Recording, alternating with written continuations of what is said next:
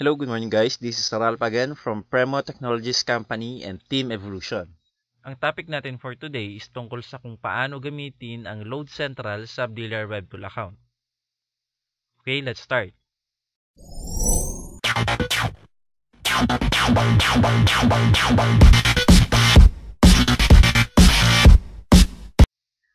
First of all, of course, kailangan mo muna ng subdealer account para magawa mo ito. And to avail that, kailangan ma-register ka muna under sa system ng aming company. And kung sakaling wala ka pa nito and you are planning to avail soon, you can just contact me. My number is already provided on the screen and on the description of this video. Just get in touch para matulungan at mag-guide kita sa pag-franchise mo ng business na ito. Okay? Then once na meron ka ng account, just go to your browser and type loadcentral.net. Then press enter. After that, makikita mo ang interface na ito which has 3 boxes. And that is username, password, and security key. Kung maaalala mo, during the registration process, nag-provide ka ng SIM number for activation. Okay? Ito yung binigay mo sa sponsor mo. At itong SIM number na pinaregister mo ang magiging username mo dito sa loadcentral.net. Okay? Ang kailangan mo lang gawin ay palitan mo ng 63 yung first zero ng number mo, like this. Then type your password. On our company, kung first time mo ilagin ang account na ito, your password will be 654321. Okay? Actually, ang default password talaga sa system na ito is 123456. Pero binago na ito ni Premo to avoid locking of your account. You just need to immediately change the password once na ma-register ka na for security purposes. Okay? Kung sakali namang nagamit mo na ito at nakapagpalit ka na ng password, you can just input your password. Okay?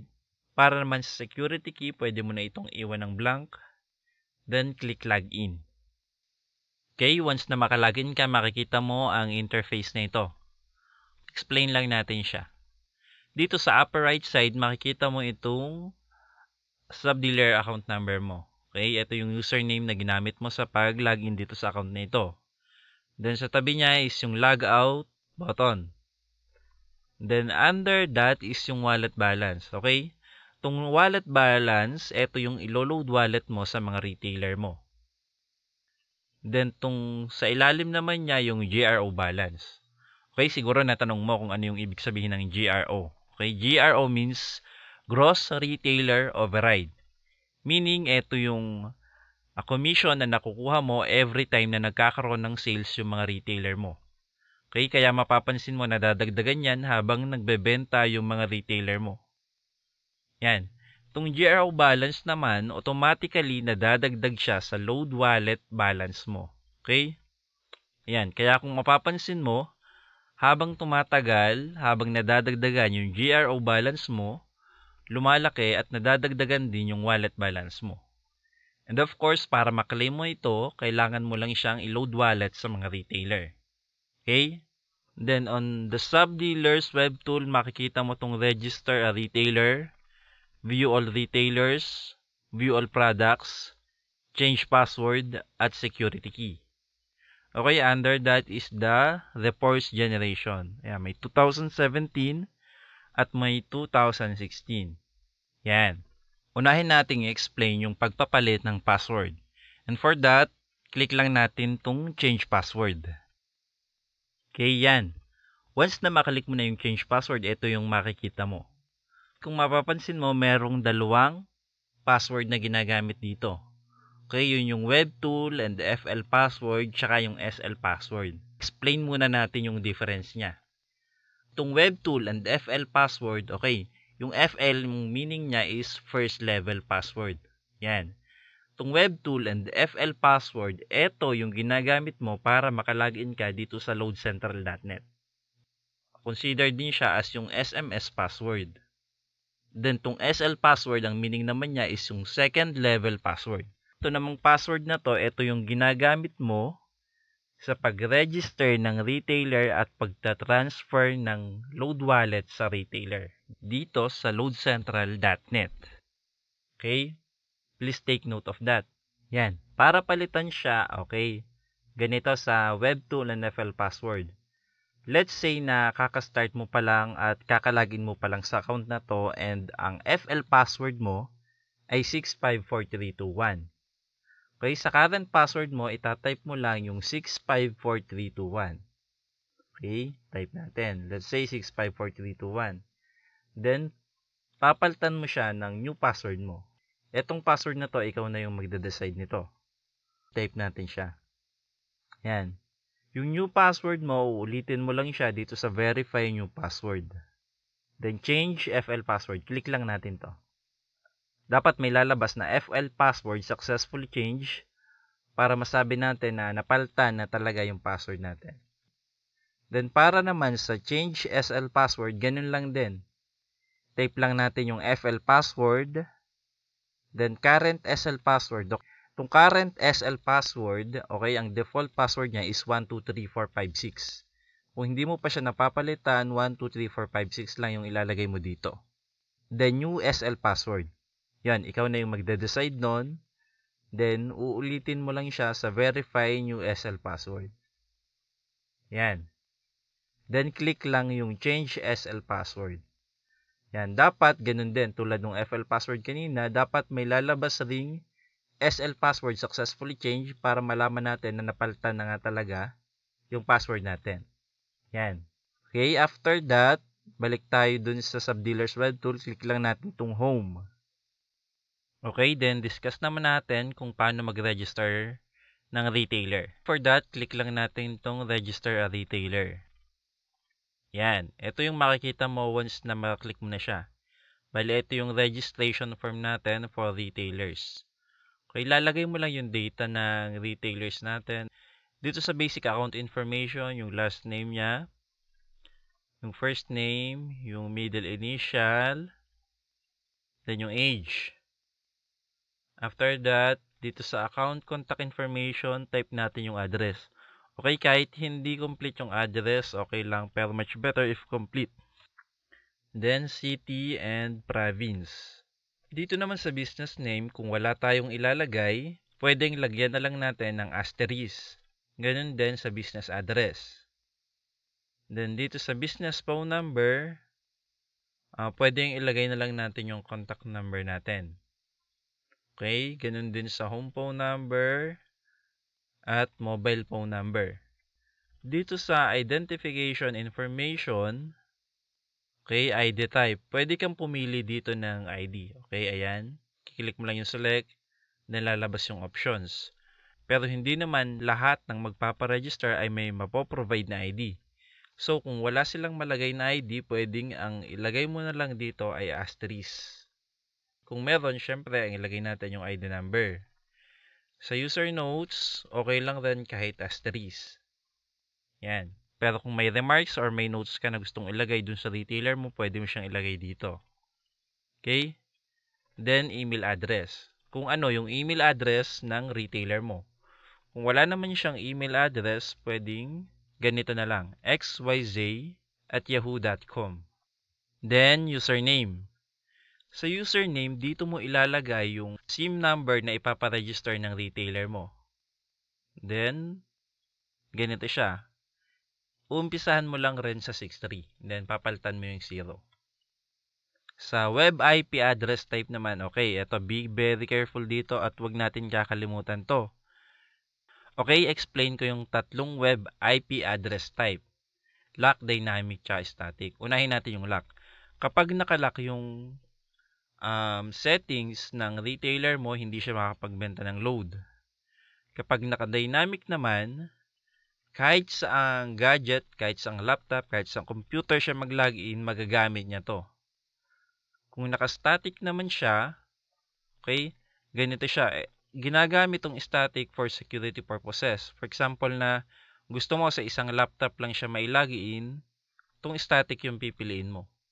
Yan. Once na static yung mapili mo, ilalagay mo lang yung IP address dito sa web IP address.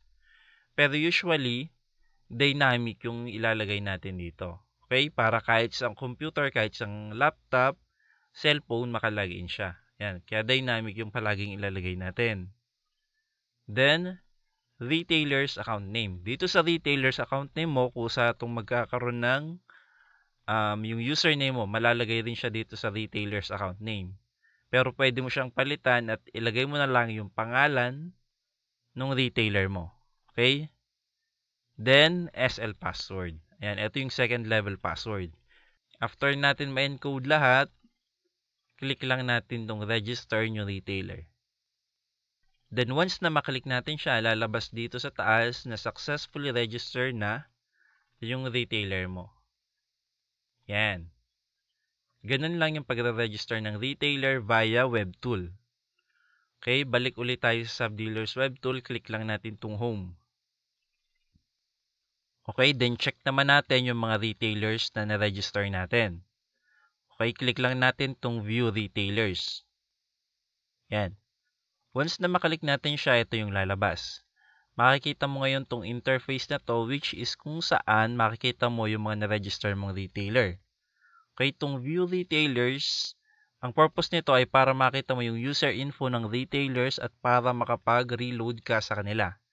Okay, ang makikita mo dito ay yung username, yan, yung number nila, then account name, yung pangalan nila, wallet balance, kung magkano yung load wallet nila, reload wallet. Okay, yan, dito tayo sa reload wallet. Dito sa reload wallet, ito yung gagamitin mong column para makapag-transfer ng load wallet sa kanila. Lalagay mo lang yung amount, for example, 100, then SL password. Type mo lang yung SL password, then click mo yung reload. Okay, once na makapag-reload ka na, may lalabas dyan na successfully na na-loadan o na-transferan mo na ng load wallet yung retailer mo. Then makikita mo rin yung new wallet balance mo at yung new retailer wallet balance ng retailer mo. Then, user info. Click natin siya. Pwede mong i-edit dito yung mga editable data ng retailer mo. Okay, like last name, first name. Ayan, makikita nyo, middle initial, age, address, city, province, business name. Ayan, yung mga business address information niya. Okay?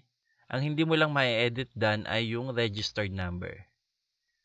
Ayan, tapos dito tayo sa account status. Dito sa account status, magagamit mo to once, for example, nag-report sa'yo yung retailer mo na nawala yung phone niya. Okay, dito sa account status, i-click mo lang yung lock para hindi na magamit yung retailer account ng retailer mo. Para maging safe din yung load wallet niya, para hindi magamit ng iba. Okay, kasi once na nakalock yan, hindi na magagamit yung retailer SIM ng retailer mo. Ayan. Then, click lang yung update info. Once na maklik mo siya, lalabas to, user details successfully updated. Meaning, successfully updated yung mga changes na ginawa mo. Okay? Then, balik ulit tayo sa Subdealers web tool. Click lang natin tong home. Okay, then check naman natin yung mga products na pwede nating ibenta o pwedeng ibenta ng mga retailer natin. Click lang natin yung view all products. Yan. Simple lang yung mga nakalagay dito. Nakalagay dito yung mga product na pwede nating ibenta at yung corresponding codes ng mga product na binebenta natin. Okay? Kung mapapansin mo, meron siyang get detailed info dito sa kabila, which is hindi yan applicable para sa mga sub-dealer. Once na makalik mo siya, ito yung lalabas. Yan, unauthorized. And once na makalik mo siya, wala ka ng choice kundi i-click tong return to index page. Then, mag-auto-log out ka. Kaya kailangan mo ulit i-login ang Load Central Web Tool account mo. Then, balik tayo sa View All Products. Ngayon, makikita lang natin yung detailed info sa Retailer Web Tool account, which is i-discuss ko sa inyo sa ibang video. Okay, scroll down lang natin at makikita natin yung mga product na pwede nating ibenta. Ayan, sobrang dami niya, as in sa sobrang dami niya, pati yung ibang product na pwede nating ibenta, ay hindi mo na alam. Yan, i-check mo na lang siya dito once na may mag-inquire sa'yo.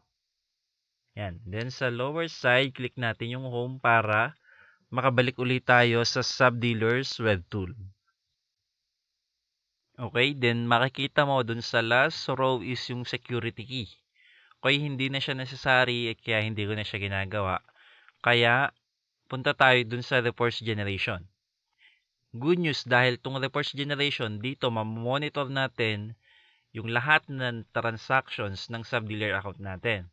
Kung mapapansin mo, meron siyang tatlong row. Yung wallet transfer report, GRO report, at yung sales transaction report. Kaya explain natin siya isa-isa.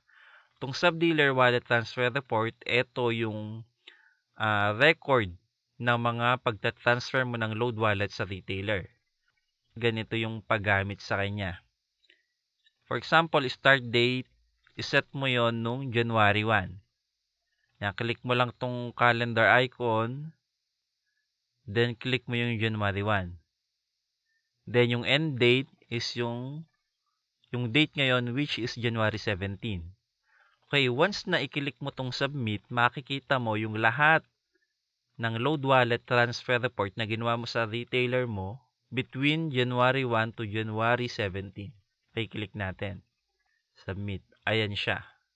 Yan, makikita mo lahat nung data nung transfer ng load wallet mo. Yung reference number, yung timestamp, username, yung na-receive, kung nagpa-load wallet ka, yung na-transfer mo sa mga retailer mo, yung old balance, tsaka yung new balance. Ayan, kumpleto siya ng data. Okay, click natin yung home. Then, doon naman tayo sa subdealer GRO report. Okay, tulad ng sinabi ko kanina, itong GRO report, ito yung commission na nakukuha mo habang nagbebenta yung mga retailer mo. Set uli natin sa January 1 to January 17. Ayan, end date January 17. Then, click natin yung submit. Ayan, makikita mo rin yung details. Okay, itong details na to ay yung bawat sales ng mga retailer mo. Ayan, reference number, timestamp, username. Itong username, kung sinong retailer yung nagbenta ng load. Ayan, tapos itong receive, ito yung commission na nakukuha mo habang nagbebenta sila. Ayan. Then, product code, yung binenta nilang product, yung old GRO, tapos yung new GRO, then old balance, new balance. Ayan, makikita mo siya. Scroll down mo lang para makita mo siya. Ayan. Then, makikita mo yung total. Ito yung total amount ng commission na nakuha mo sa bawat sales ng mga retailer mo. Then, click natin yung home. Then, punta naman tayo doon sa retailer sales transaction report. Okay, dito makikita mo rin yung benta ng mga retailer mo. Same as lang rin ng GRO. Okay, set lang rin natin to January 1. Then, ayan, yung end date niya, yung date ngayon. Then, click submit. Ayan, almost the same lang siya ng GRO report, except that kita mo yung mga reference number, yung W reference number, timestamp, username, product code, ayan, yung wallet receive, face value, wallet cost, earnings, tsaka balance. Then sa total, makikita mo yung total sales transaction nila. Okay, ang kagandahan dito, hindi mo na kailangan maglista kasi meron kang reports generation na tulad nito. Very easy and very convenient dahil madali mo nang mamomonitor lahat ng sales transaction under sa account mo. So, that's all for today guys. Kung natulungan ka ng video na ito, I am sure na mas matutulungan ka ng upcoming video tutorials na ilalagay ko ulit dito sa aking channel. So, hit like and please subscribe to be updated on my upcoming tutorial videos. Thank you and God bless us.